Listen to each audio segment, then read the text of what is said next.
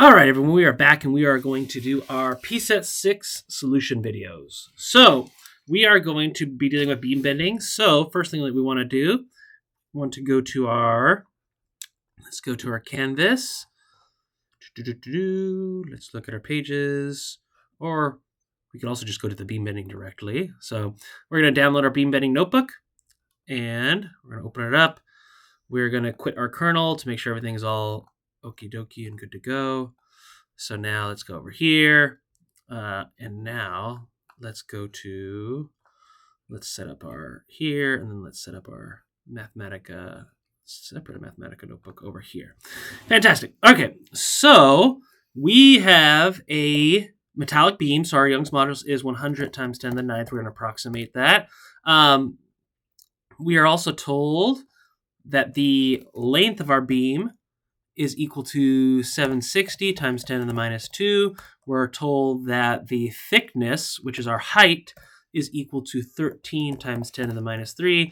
And our width is equal to 45 times 10 to the minus 2 here. Our I is equal to B times H cubed divided by 12. Fantastic. So we've got those. Let's go ahead and plug that in here. Let's go ahead, get those started.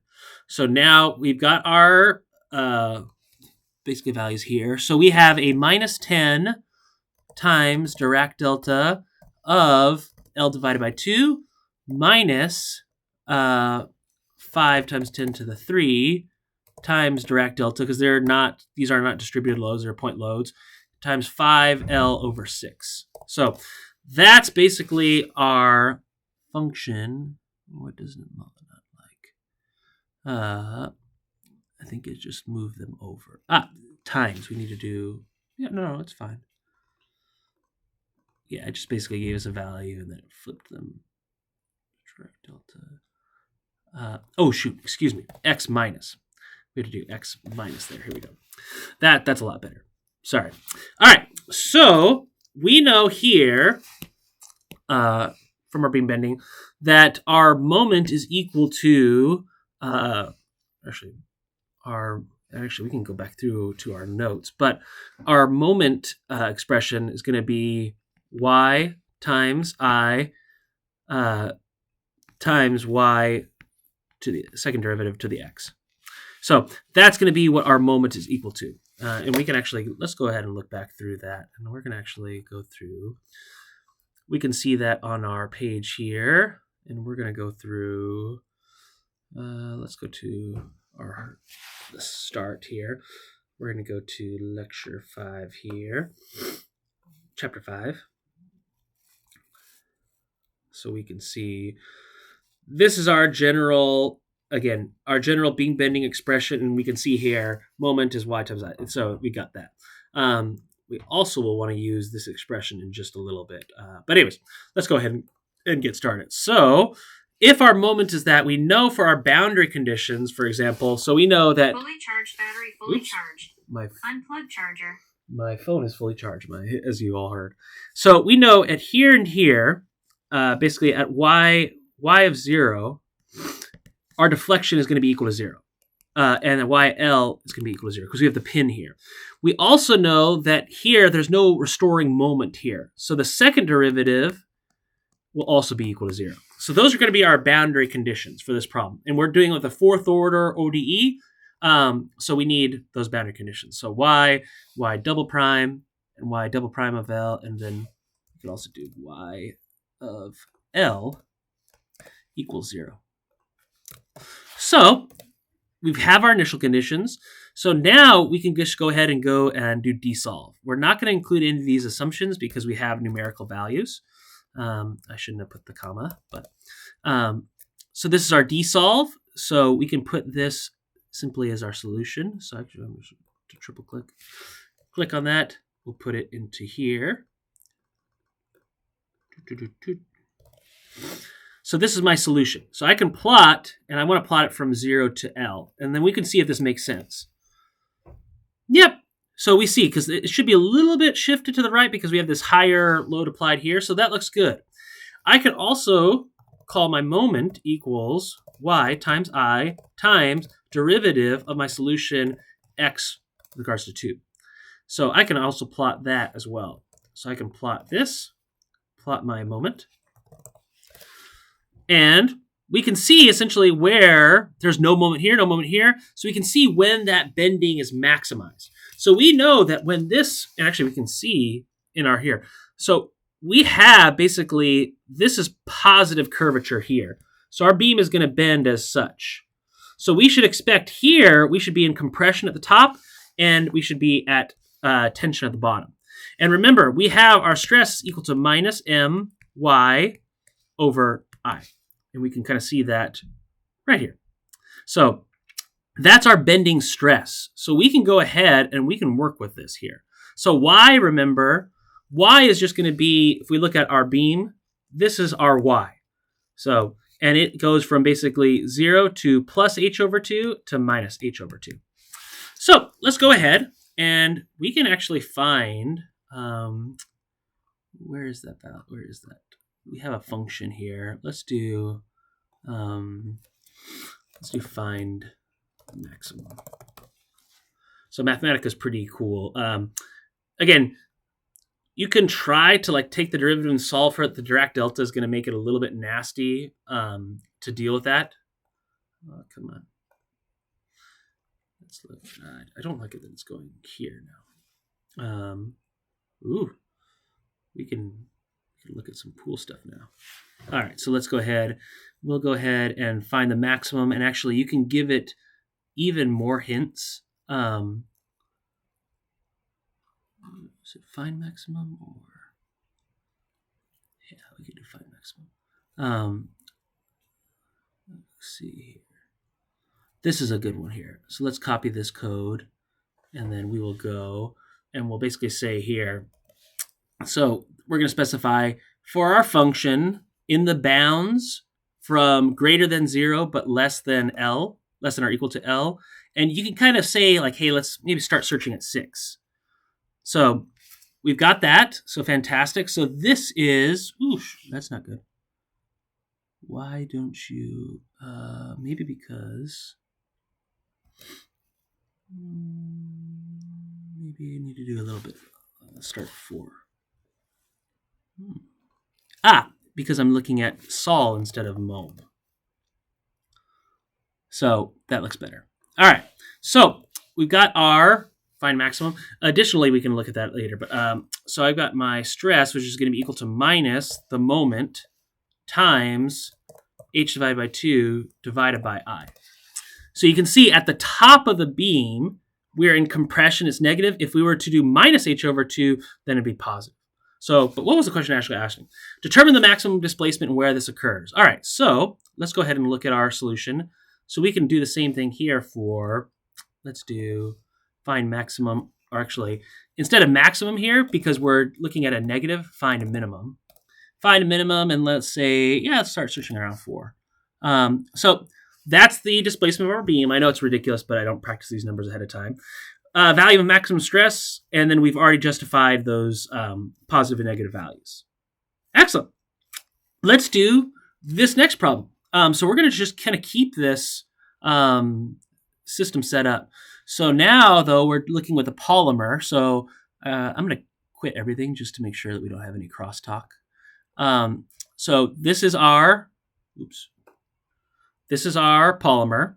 So 1 gigapascal, length of 17 centimeters, a thickness of 0.9 millimeters, and then a width of 5.8. So we can do that here. We have a minus 50 times 10 to the 3 here, and that's applied at x minus 2L divided by 3, and then minus basically 6L over 7. And that's going to be a minus 11. All right. Our boundary conditions here, we still have the same boundary conditions at L, but now there is a moment on this left side. But we also know that the slope must be 0 at that 0 condition here. So we can set that up as such. we'll solve it. Grab it here. We'll put it in over here. That's our solution. We can plot it. And it makes sense. You see here, it's kind of constrained, again, because it's a fixed support. We see, again, basically where that position is. It's a little bit lower. Looks like it makes sense. So let's determine, what is it asking? I cannot have the stress exceed the UTS, which is the material on the red curve. Maximum value of displacement, we could find that here. So let's find the minimum. Let's say start searching at around 0.1. Looks great. We can find our moment again. So we can see our moment value is the actual like maximum value. Actually, we'll put that around point. Let's see, start searching at 0.1. So we can see here that this is maximized here. I wonder, just for curiosity. So that's 14. I think here it's like, yeah, that's going to be the maximum value. So we can kind of see again, it is going to be positive curvature. So we should expect compression there. So let's go ahead and put this in. So at the top, negative. Yep. And then if we were doing the bottom, it'd be in tension.